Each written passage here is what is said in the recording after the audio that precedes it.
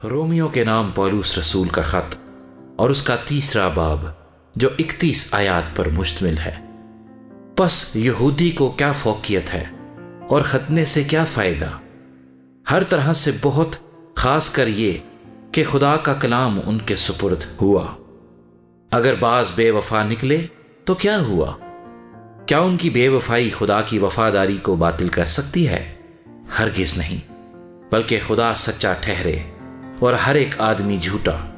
چنانچہ لکھا ہے کہ تو اپنی باتوں میں راست باز ٹھہرے اور اپنے مقدمے میں فتح پائے۔ اگر ہماری ناراستی خدا کی ناراستی کی خوبی کو ظاہر کرتی ہے تو ہم کیا کہیں؟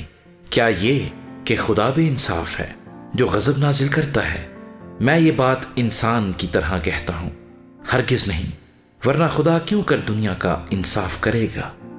اگر میرے جھوٹ کے سبب سے خدا کی سچائی اس کے جلال کے واسطے زیادہ ظاہر ہوئی تو پھر کیوں گنہگار کی طرح مجھ پر حکم دیا جاتا ہے؟ اور ہم کیوں برائی نہ کریں تاکہ بھلائی پیدا ہو؟ چنانچہ ہم پر یہ تہمت لگائی بھی جاتی ہے، اور بعض کہتے ہیں کہ ان کا یہی مقولہ ہے، مگر ایسوں کا مجرم ٹھہرنا انصاف ہے۔ بس کیا ہوا؟ کیا ہم کچھ فضیلت رکھتے ہیں؟ بالکل نہیں، کیونکہ ہم یہودیوں اور یونانیوں دونوں پر پیشتر ہی یہ الزام لگا چکے ہیں کہ وہ سب کے سب گناہ کے ماتحت ہیں۔ چنانچہ لکھا ہے کہ کوئی راست باز نہیں، ایک بھی نہیں، کوئی سمجھدار نہیں، کوئی خدا کا طالب نہیں، سب گمراہ ہیں، سب کے سب نکمے بن گئے، کوئی بھلائی کرنے والا نہیں، ایک بھی نہیں۔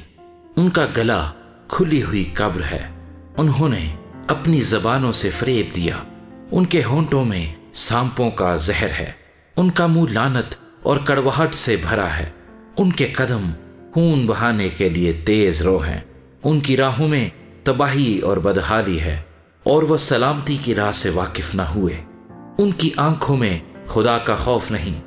اب ہم جانتے ہیں کہ شریعت جو کچھ کہتی ہے ان سے کہتی ہے جو شریعت کے ماتحت ہیں، تاکہ ہر ایک کا منہ بند ہو جائے اور ساری دنیا خدا کے نزدیک سزا کے لائق ٹھہرے، کیونکہ شریعت کے اعمال سے کوئی بشر اس کے حضور راست باز نہیں ٹھہرے گا، اس لیے کہ شریعت کے وسیلے سے تو گناہ کی پہچان ہی ہوتی ہے، مگر اب شریعت کے بغیر خدا کی ایک راست بازی ظاہر ہوئی ہے جس کی گواہی شریعت اور نبیوں سے ہوتی ہے، یعنی خدا کی وہ راست بازی جو یسوع مسیح پر ایمان لانے سے سب ایمان لانے والوں کو حاصل ہوتی ہے، کیونکہ کچھ فرق نہیں، اس لیے کہ سب نے گناہ کیا اور خدا کے جلال سے محروم ہے، مگر اس کے فضل کے سبب سے اس مخلصی کے وسیلے سے جو مسیح یسوع میں ہے مفت راست باز ٹھہرائے جاتے ہیں۔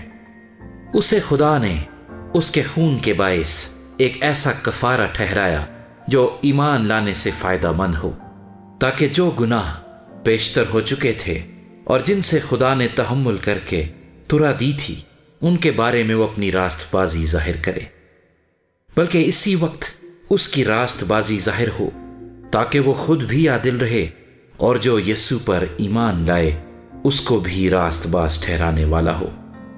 بس فخر کہاں رہا؟ اس کی گنجائش ہی نہیں۔ کون سی شریعت کے سبب سے؟ کیا اعمال کی شریعت سے؟ نہیں، بلکہ ایمان کی شریعت سے۔ چنانچہ ہم یہ نتیجہ نکالتے ہیں کہ انسان شریعت کے اعمال کے بغیر ایمان کے سبب سے راست باز ٹھہرتا ہے۔ کیا خدا صرف یہودیوں ہی کا ہے، غیر قوموں کا نہیں؟ بے شک غیر قوموں کا بھی ہے، کیونکہ ایک ہی خدا ہے جو مختونوں کو بھی ایمان سے اور نامختونوں کو بھی ایمان ہی کے وسیلے سے راست باز ٹھہرائے گا۔ بس کیا ہم شریعت کو ایمان سے باطل کرتے ہیں؟ ہرگز نہیں، بلکہ شریعت کو قائم رکھتے ہیں۔